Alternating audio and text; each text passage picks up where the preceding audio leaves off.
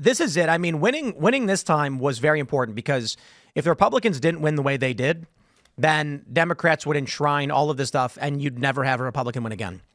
Now you have the inverse. I don't think Democrats are right now, based on the information we have before us, Democrats cannot win.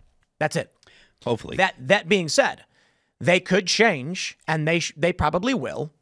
This will create opportunities for them to win. However, as I've stated before, if you come to me and say, Tim, what's a pathway for victory for the Republicans this time around? I'm going to say, well, here are the things I think are important. I could be wrong. Here's what I think Democrats, are going to focus on.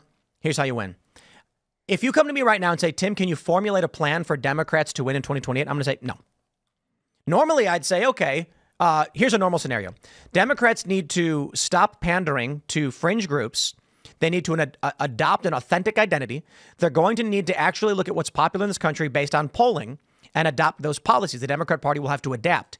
So what they could do is they could say, okay, we're going to be moderate. We've got to have some restrictions on abortion. We've got to get rid of the weird woke stuff when it pertains to gender and race. And we're going to go economic populist, slightly left-leaning, make your health care cheaper and more available, protect your Social Security, things like that. We're going to deal with climate change. Classic Democrat. They can't do that. I would not propose it to Democrats because if they abandon their woke element, that's now, 15, 20% of their voter base? They'll never win an election again. If they embrace it, the same problem happens. Now, that being said, I think the problem is sort of self-correcting because if you look at AOC's X account, she lost 150,000 followers this month. Mm-hmm. All of the liberals there's a purge of far leftists. They're all going to Blue Sky. Yep. That's the new app that Jack Dorsey was working on. Here's the best part. Remember when the left had their exodus to Threads? Yes. And that didn't work. Yeah. Now they're having their exodus to Blue Sky, proving the exodus to Threads didn't work. And what's going to happen is default liberals are going to be hanging out on X, and there will be zero influence from the woke because they all ran away screaming. They will isolate themselves, become a fringe party. The Democrat will be forced to adapt, and 4 years is an eternity in politics. We may see something in 2028. I don't think so because they have no backbench. AOC is trying to moderate a little bit, likely not going to work. She could maybe pop up, but the wokeness is it's not good. So I don't see a path for them in 2028 right now. But then again, in a year, in 6 months, something will change and we'll say, we didn't know what we didn't know. And then we'll see how they could maybe have a path to victory. Yeah, I mean, these people really are true believers. And the people who would be in positions to make those calls, like the swamp elders, they're going to continually lose that fight to the ascendant theater kid class because they're the activist base, they're the grassroots, they have the energy.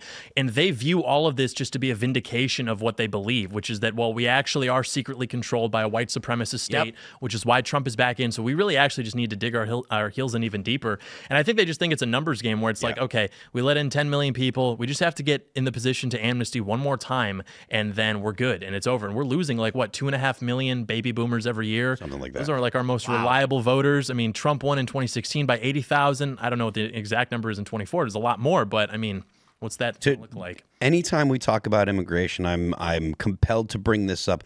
The policy that the policy that they're using is the Refugee Resettlement Program. It's run by the HHS. You can go to the HHS website and you can see it. Last time it was updated, it was 2021, I believe, but it's still in use.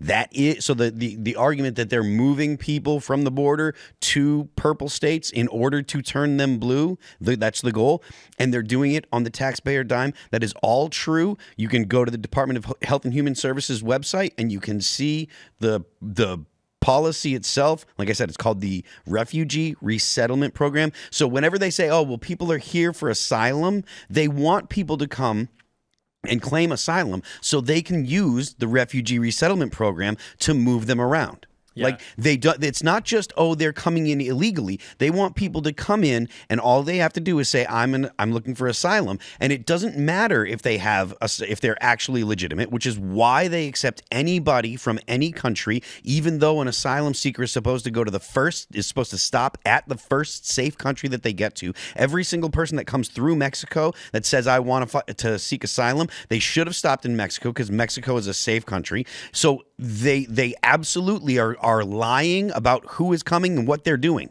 Thanks for checking out this clip from Timcast IRL. Make sure to watch the show live Monday through Friday at 8 p.m. Subscribe to this channel, and we will see you all there.